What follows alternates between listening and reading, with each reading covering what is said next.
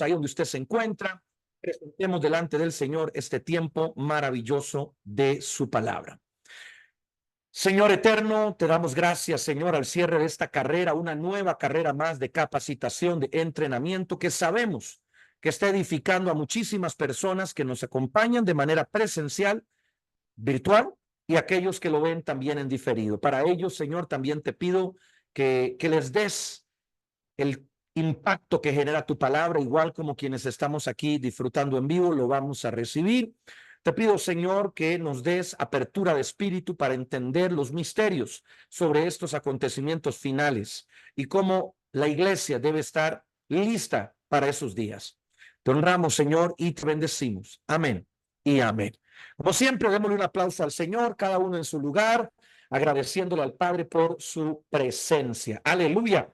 Y bueno, como ven, estoy muy contento el día de hoy y quiero arrancar motivándoles, como siempre, a que me apoyen, por favor, quienes quieren leer un versículo de la palabra y que por favor enciendan o levanten, mejor dicho, su mano de forma virtual para que usted pase a estar entre las primeras pantallas de transmisión y yo pueda asignarle a usted el nombre. Si me quiere apoyar con la lectura bíblica, levante su mano de forma virtual y ya le voy a estar dando a usted la palabra, por favor. Nada más asegúrese que me levante la mano y no sea cualquier otro emoticón para que quede usted en las primeras pantallas. Muy bien, como les decía, vamos a hablar acerca de la segunda venida de Cristo y puntualmente cuáles son las profecías, cuáles son las palabras proféticas que nos hablan en la palabra acerca de este acontecimiento tan poderoso, tan importante para la fe de los creyentes, para la fe de los hijos de Dios. Recordémonos que nosotros podemos hablar de muchos temas, indistintamente de lo que creamos que es trascendente o no. La segunda venida de Cristo está entre los mensajes más significativos de la fe cristiana, por causa de que es la corona de nuestra esperanza. Si Cristo vuelve, habremos tenido confianza en el Dios verdadero. Así que eso debe ser una lámpara que nos guíe a través de nuestra convicción de que Cristo es el Salvador. Él regresará por su iglesia, Él juzgará a las naciones de la tierra. Y bueno, empiezo a repartir algunos versículos para quienes me van a apoyar. Le pido por favor a la hermana Eli González si me colabora buscando el libro de Malaquías, capítulo 4, versículo 1 al 3. Ya en un momento vamos a leerlo. De igual manera, por favor, le pido a la hermana Erika Carrasco si me puede leer Apocalipsis 19 del 11 al 16. Ya en un momento le doy la palabra. Y cerramos con la hermana Elizabeth Citrón. Bueno, cerramos la introducción de Apocalipsis 19 al 21.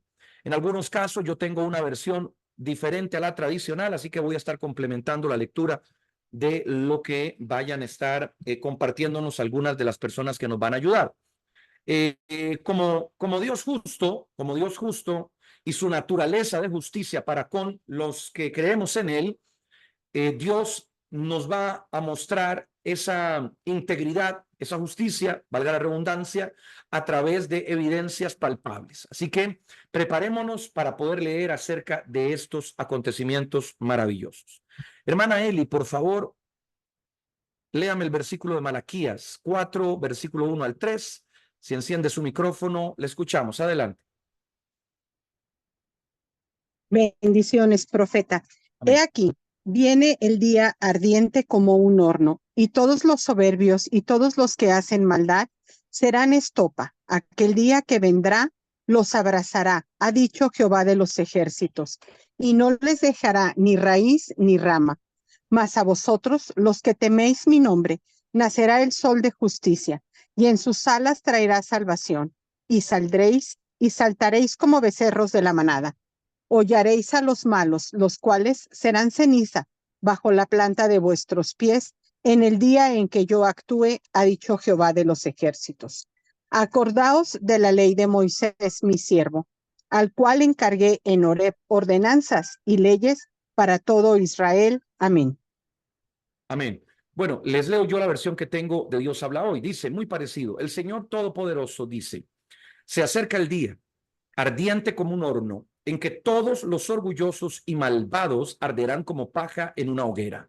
Claramente, y complementando lo que acabamos de escuchar también de la hermana Eli, Dios nos está hablando de un día, de un momento en particular que va a ocurrir en la historia. No es algo, vamos a decir, etéreo, sino que es algo que está calendarizado, que está especificado como un momento también en el cual se juzgará la maldad de la humanidad.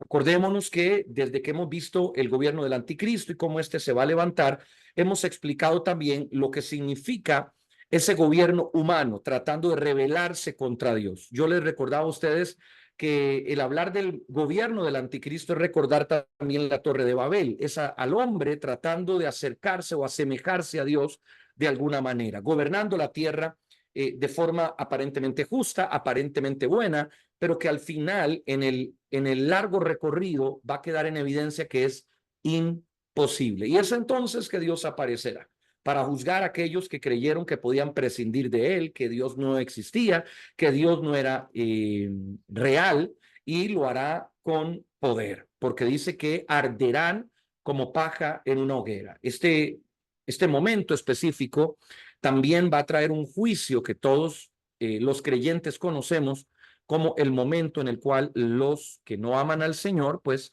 tendrán que ir a el lugar de castigo eterno. Le pido a mi equipo si pueden estar solamente pendientes, porque veo que hay algunas personas que estaban por entrar en la sala y hay varios para yo no tener que estar pendiente tanto de eso. Pero bueno, continuamos con la lectura.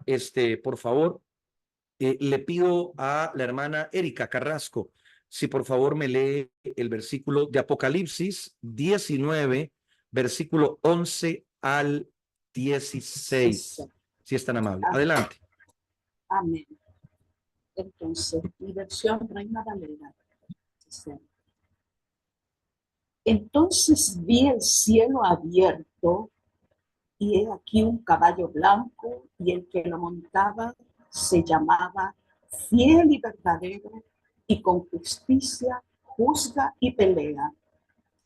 Sus ojos eran como llama de fuego, y había en su cabeza muchas diademas, y tenía un nombre escrito que ninguno conocía sino él mismo. Estaba vestido de una ropa teñida en sangre, y su nombre es el Verbo de Dios. Y los ejércitos celestiales, vestidos de lino finísimo, blanco y limpio, le seguían en caballos blancos. De su boca sale una espada aguda para herir con ella a las naciones, y él las regirá con vara de hierro, y él pisa el lagar del vino del furor y de la ira del Dios Todopoderoso. Y en su vestidura y en su muslo tiene escrito este nombre: Rey de Reyes y Señor de Señores. Maravilloso, ¿verdad? Es impresionante retomar estos versículos en medio de un estudio como el que estamos haciendo, porque ya nosotros venimos con un contexto, con toda una enseñanza que nos pone en este punto como un punto corolario de todo lo que vivió la tierra, lo que vivirá la tierra en su momento futuro. Y hablamos de la gran tribulación, hablamos del arrebatamiento, hablamos de ese gobierno del anticristo que va a colapsar, hablamos de guerras, de cosas terribles, pero cómo todo esto al final terminará bajo control divino. Tomará Dios su lugar, tomará su trono, él reinará, mostrará su poder, y lo hará desplazando a este gobierno que es un gobierno terrenal. Esto me parece de más interesante, de más valioso, cómo el gobierno de nuestro Mesías, de nuestro Redentor, se impondrá ante lo que haya edificado, haya levantado la humanidad. Así como en la historia vimos momentos de esta naturaleza, volviendo al caso de la Torre de Babel, que luego fueron dispersados con diferentes lenguas, así ahora Dios también traerá juicio, pero ya será un juicio determinante, será un juicio que ya no dará paso atrás, donde volveremos nuevamente a encontrarnos con las mismas dinámicas de pecado, de desgracia, sino que Él vendrá a juzgar y a demostrarnos que su juicio es el correcto. Les leo lo que dice mi versión. Se llama Kadosh y se expresa así: después vi el cielo abierto y delante de mí un caballo blanco. Sentado en él estaba el único llamado lleno de fidelidad y verdadero. Está hablando de Jesús. Y es en justicia que él dicta juicio y va a la batalla. ¿Cómo estas palabras van a ser constantes? Juicio, justicia, juicio, justicia.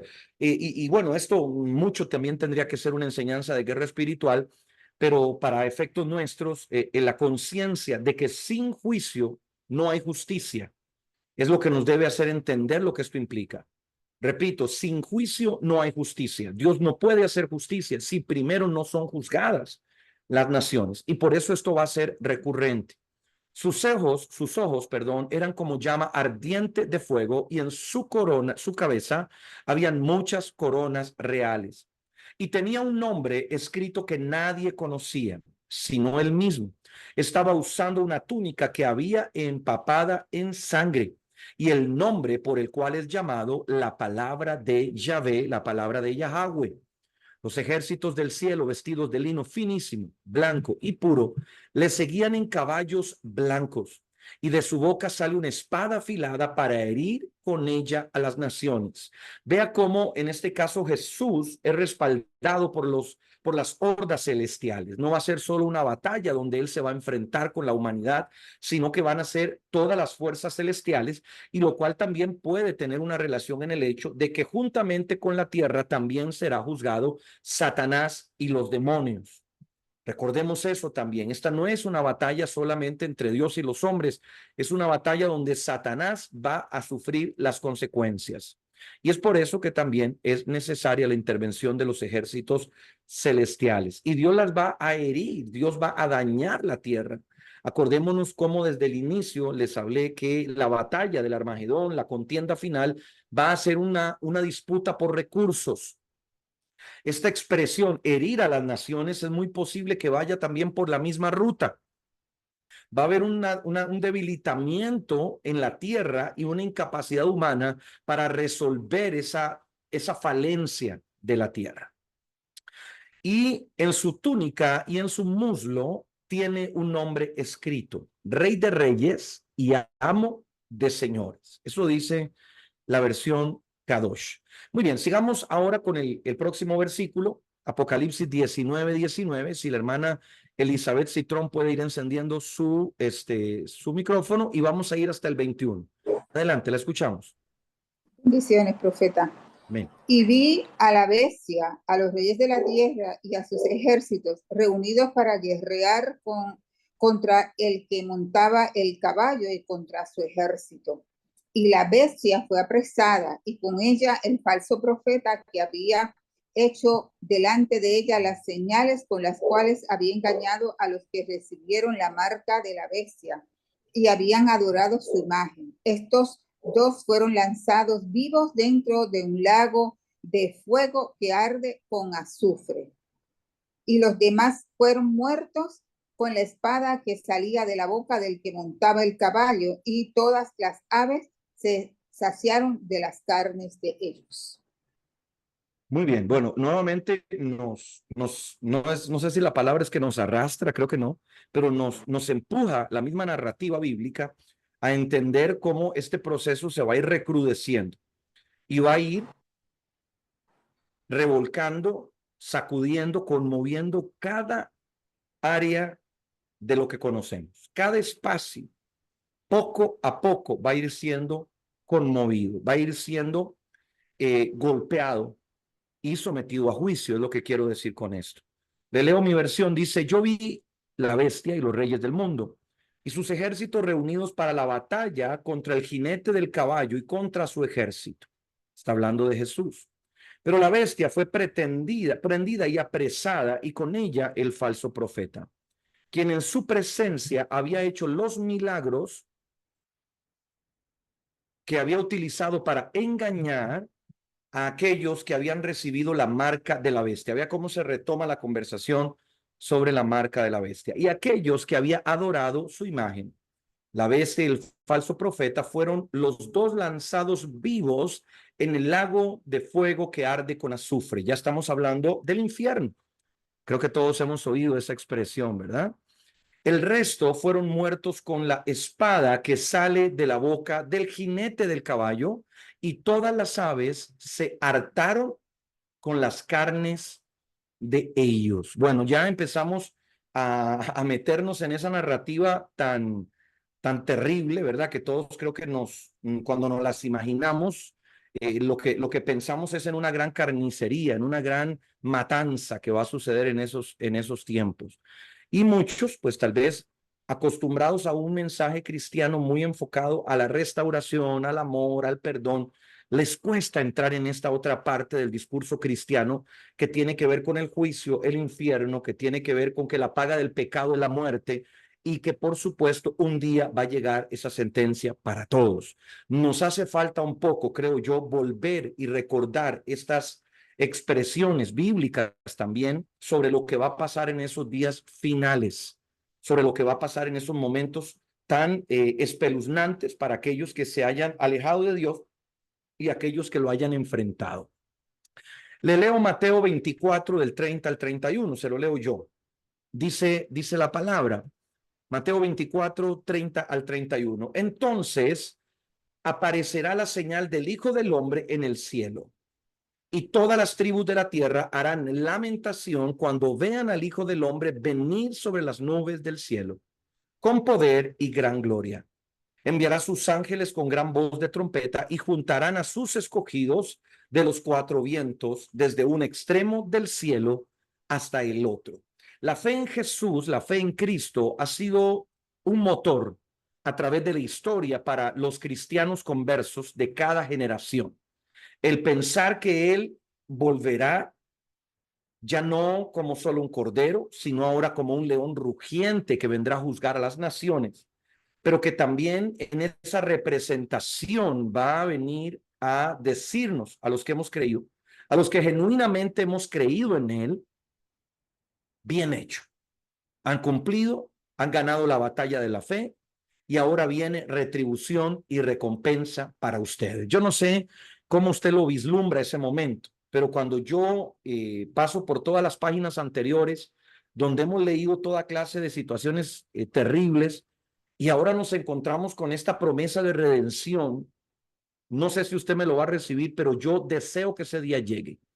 Deseo que pasemos de este lugar donde hay tanto sufrimiento, tanto dolor, donde a veces las enfermedades son parte de lo que tenemos que aprender a convivir, donde las limitaciones aún a nivel físicas también son parte de las cosas a las cuales tenemos que ajustarnos, pero al saber que cuando partamos de este lugar hay una promesa que nos espera, una promesa de transformación, una promesa poderosa de resurrección, yo quiero que ese día llegue, que ese día vuelva. Y yo creo que debería ser también la conciencia de una iglesia que llama y dice, amado, ven, novio regresa, vuelve por tu iglesia. Ese debería ser nuestro mensaje constantemente. Les leo también el libro de Daniel, capítulo 7, del 26 al 27. Lo voy a leer yo porque tenemos que ir a las profecías y ahorita les vuelvo a pedir ayuda. Daniel 7, 26 al 27, y ahí mismo vamos a ir al capítulo 8 de Daniel, 23 al 25. Le voy a leer Dios habla hoy, la versión Dios habla hoy. Dice por acá, pero el tribunal celebrará un juicio y se le arrebatará el poder dejándolo completamente destruido. Y el reino, el poder y la gloria de todos los reinos de la tierra serán dados al pueblo del Dios Altísimo. Su reino permanecerá para siempre y todos los pueblos de la tierra se servirán y le obedecerán. Cuando el dominio de estos reinos, ya estoy brincando al 8, 23, 25, cuando el dominio de estos reinos llegue a su fin y las maldades hayan llegado al colmo, un rey insolente y astuto ocupará el poder. Llegará a ser poderoso, pero no con su propio poder. Destruirá de manera increíble y triunfará en todo lo que haga. Destruirá a hombres poderosos y también a muchos del pueblo de Dios. Por su astucia, sus engaños triunfarán. Se llenará de orgullo y mucha gente que viva confiada le quitará la vida a traición. Hará frente al príncipe de príncipes, pero será destruido por él. Muy bien. Capítulo 8 de Daniel, 23 al 25 es lo que acabo de leer. Vean cómo es una extensión bastante amplia de la escritura, pero que nos va llevando a una conclusión, y es que el anticristo provocará la aparición de Jesús, provocará la aparición del Mesías. Aquí estamos solamente tanteando las aguas de la introducción hacia esas profecías que nos remiten al regreso en gloria de Jesucristo. Muy bien, ahora sí, le voy a anunciar desde ya que le voy a compartir 9 profecías que nos hablan del retorno en gloria de Cristo. Como yo les hablé también en alguna clase anterior, debemos tener presente que esto nos puede diferenciar de muchos otros que se digan cristianos. Y es que todavía hoy estamos esperando el regreso en gloria de Jesús. Hay algunos cristianos que dicen que ya Cristo vino y que lo que estamos haciendo es la manifestación del reino. Yo no llego a ese punto. Yo creo que es evidente que Cristo no ha regresado y que hay muchas cosas que tenemos por consecuencia que manifestar primero antes de que ese retorno glorioso ocurra. Además de que creo que hay tantísimas expresiones, en este caso de señales, de evidencias que deben cumplirse, que no se han cumplido, que no podemos asegurar que el Mesías ya volvió. Muy bien, así que vamos a repartir versículos. Si alguien más quiere apoyar, es el momento de levantar su mano. Le voy a pedir por favor nuevamente a la hermana Eli González que me ayude con el libro de Juan, capítulo 14, versículo 1 al 3. Ya ahorita lo vamos a leer. Juan 14, del 1 al 3. Hermana Erika Carrasco, por favor ayúdeme con el libro de Hechos 1, 10 al 11, si es tan amable. Le pido a la hermana Elizabeth Citrón si me ayuda por favor con Mateo 24, 29 al 30. Le pido también a la hermana Susi Lerman si me ayuda con Zacarías 12:10, por favor. Zacarías 12:10. Y también le pido al hermano Javier Hermoso que me ayude con el libro de Hechos, capítulo 3, versículos 19 al 21. Y a la hermana Anita Monge, si por favor me ayuda con Filipenses 3, 20 al 21. Ya vamos a ir profecía por profecía. Mientras que ustedes buscan los versos, yo le leo algo que tengo aquí en mis notas. El mensaje sobre el retorno de Jesús, por supuesto, ha sido discutido en innumerable cantidad de veces. En primer lugar, los escépticos, pero también aquellos cristianos que han buscado la forma de hacer su discurso más razonable para el mundo. El regreso de Cristo no es un discurso humanista ni científico. Es una doctrina que necesita indefectiblemente la fe del creyente para ser aceptada. Por supuesto, la base de esa confianza son las profecías que hemos dado al respecto, que hemos recibido al respecto. En definitiva, como lo explica Juan en el propio libro de Apocalipsis, el espíritu de la profecía es el que da testimonio acerca de Jesús. Esa convicción y esa certeza de que el espíritu de la profecía no se ha ido, sino que mantiene encendida la lámpara, es la que nos permite creer que todas estas profecías se cumplirán, llegado el momento. Muy bien, así que vamos a ir a estas 9 profecías sobre el retorno glorioso de Cristo. Vamos a ir a la primera. La primera de ellas es que Jesús, y creo que la más sencilla, pero la más importante, Jesús nos dice clara y contundentemente que va a regresar por nosotros. Él nos dice, yo volveré. Espérenme. Así que bien, vamos a leer Juan capítulo 14, versículo 1 al 3. Hermana Eli, por favor, encienda su micrófono, queremos escucharle. Adelante. No se turbe vuestro corazón.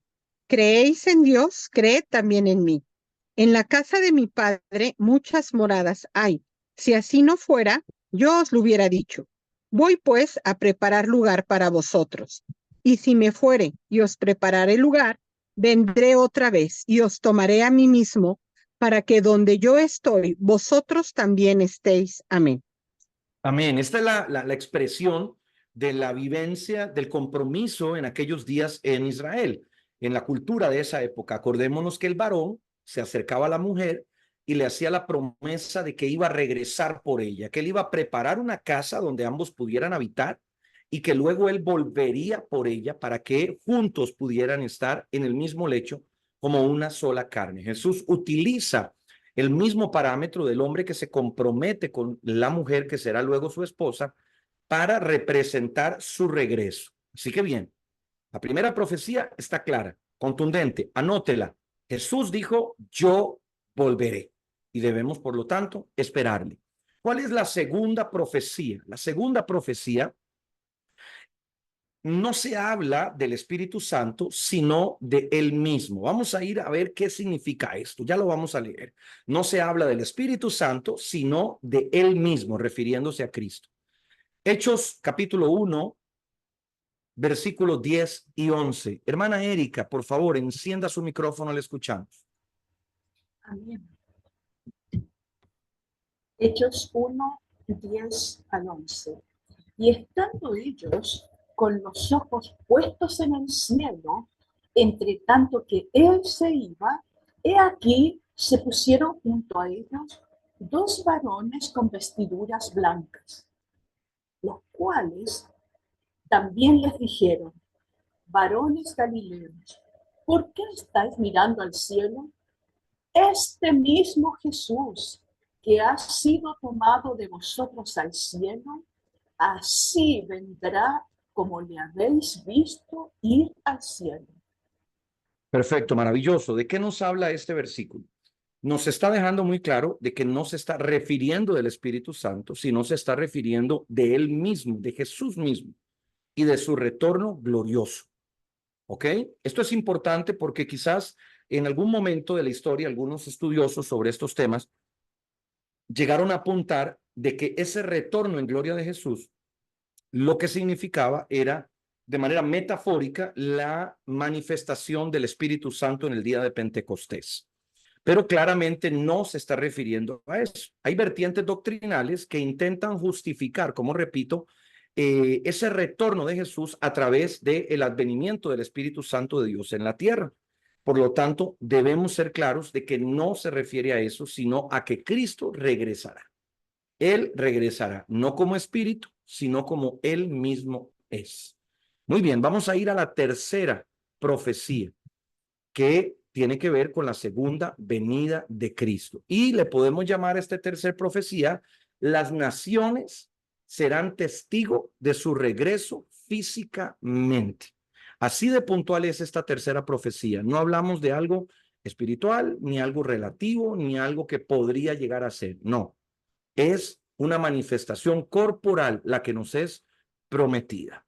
Ok, vamos a ir ahora con la hermana Elizabeth Citrón, por favor, para que me ayude a leer el versículo de Mateo 24, del 29 al 30. Hermana, por favor, encienda su micrófono para escucharle. Adelante. Dice, e inmediatamente después de la tribulación de aquellos días, el sol se oscurecerá y la luna no dará su resplandor, y las estrellas caerán del cielo, y las potencias de los cielos serán conmovidas.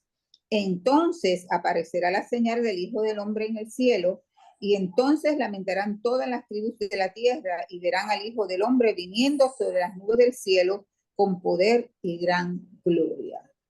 Amén, ¿no? Amén. Vean cómo ahora se nos está diciendo categóricamente que él va a dejarse ver delante de todos los que le rechazaron, delante de todos los que pelearon en contra de su palabra. Él va a demostrar que está vivo, que reina, que gobierna. Entonces, esta profecía nos habla de su regreso corporal a la tierra, de su regreso, de su retorno físico, si usted quiere llamarle de esa forma. ¿Ya? Muy bien, vamos a ir ahora a la cuarta profecía que tenemos sobre el retorno en gloria del Mesías.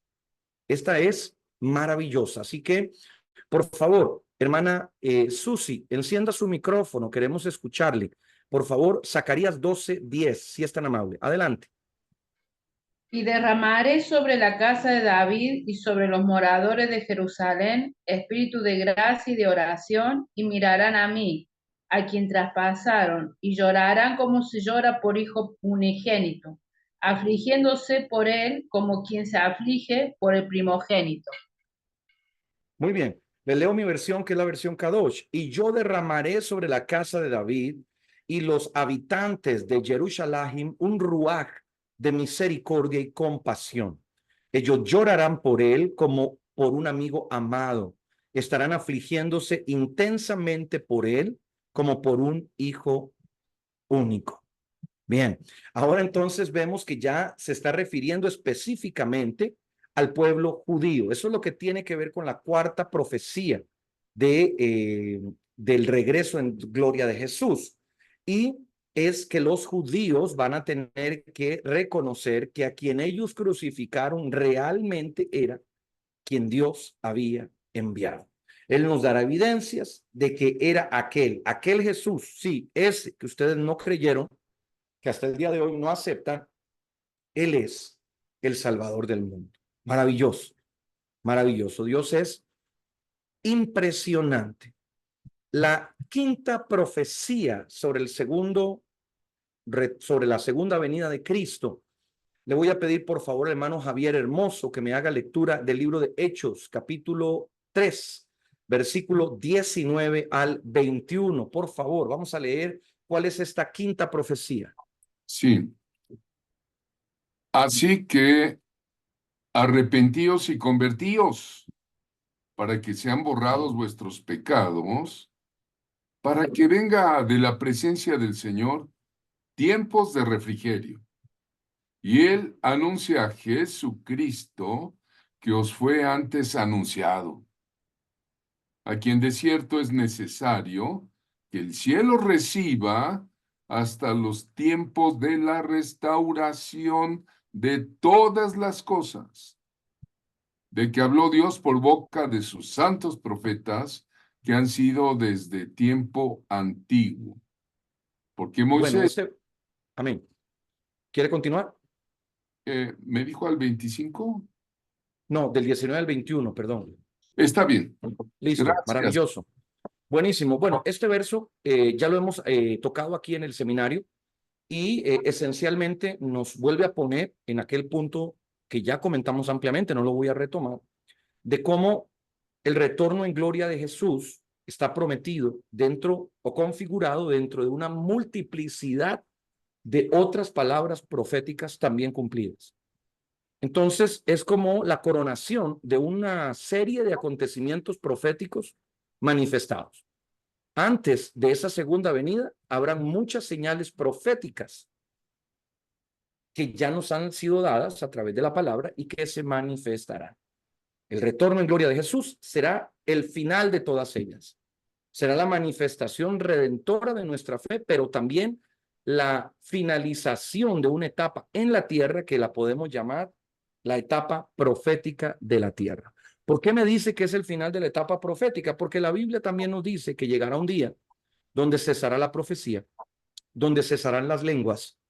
Aún también, si usted va al libro de Efesios, se condiciona la existencia de los ministerios, el ministerio apostólico, el ministerio profético, pero lo hace dentro del marco claro del segundo retorno de Jesús a la tierra.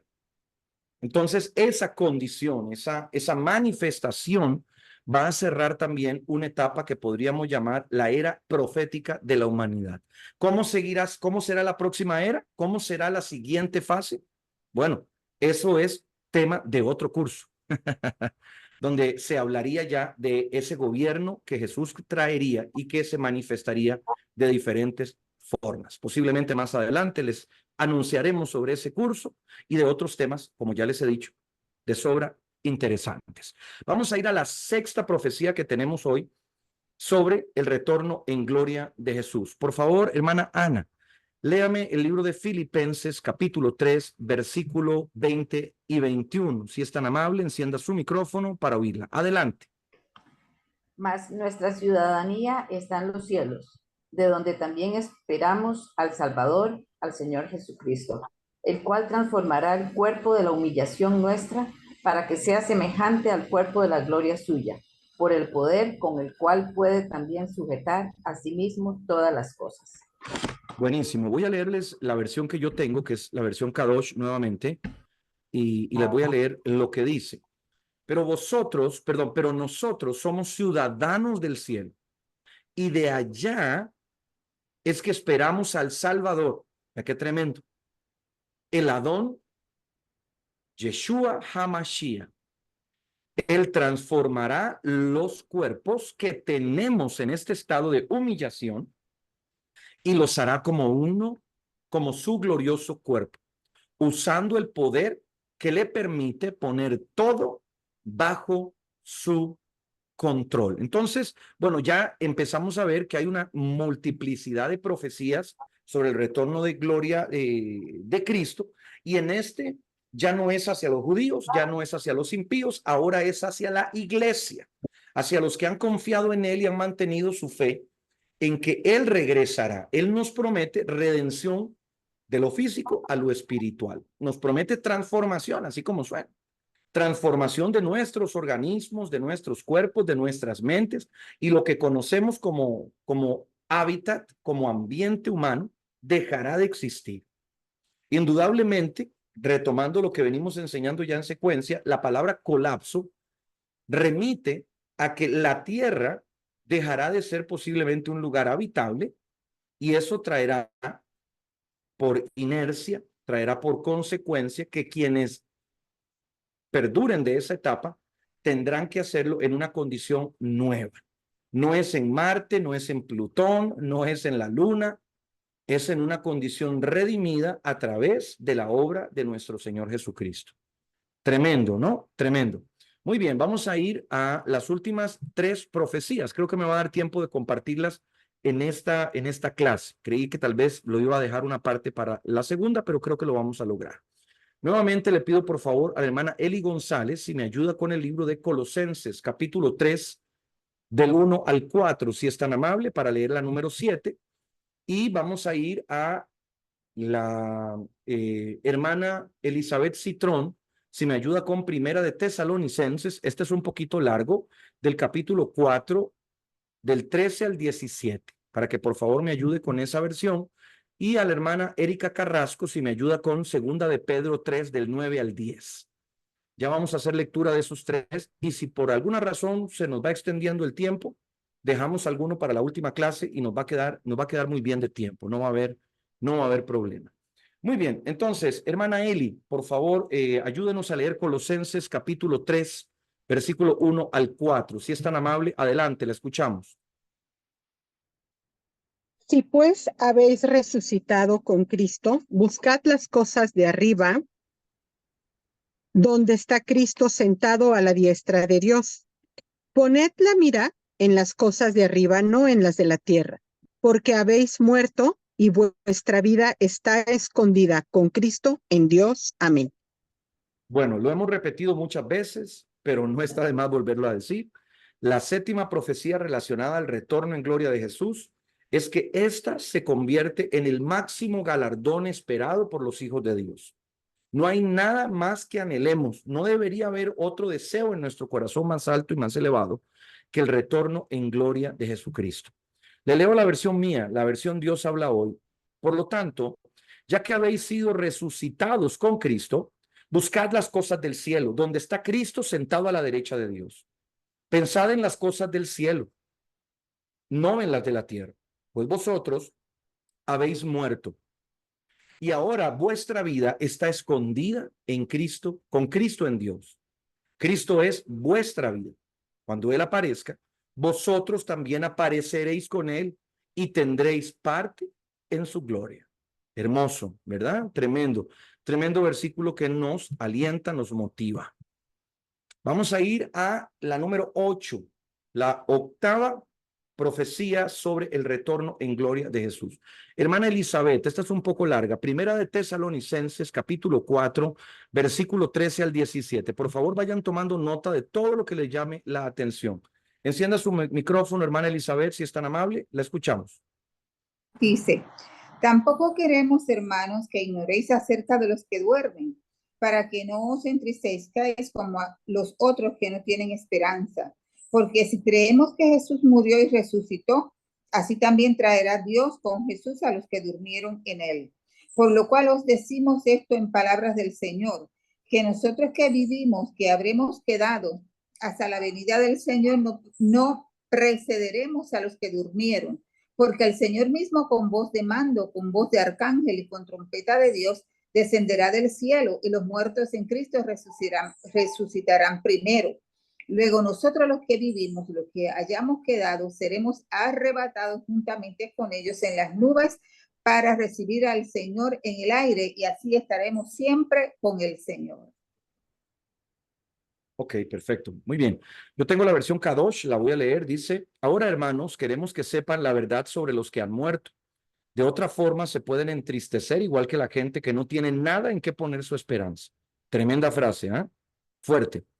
Porque como nosotros creemos que Yeshua murió y resucitó, también creemos que de la misma forma Yahvé, por medio de Yeshua, se llevará con él a aquellos que han muerto. Cuando decimos esto, lo basamos en las propias palabras del Adón. Nosotros, los que permanezcamos vivos cuando el Adón venga, seguramente no precederemos a los que han muerto, porque el Adón mismo bajará de los cielos con un grito vigoroso, con un llamado por el malaj principal Gabriel.